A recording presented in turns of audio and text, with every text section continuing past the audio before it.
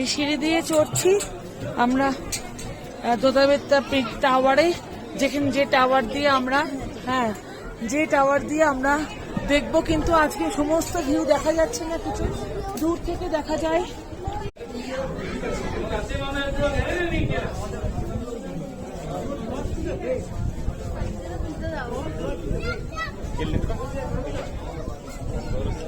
আমি জায়গা পেয়েছি, আমি ফটো তুলছি।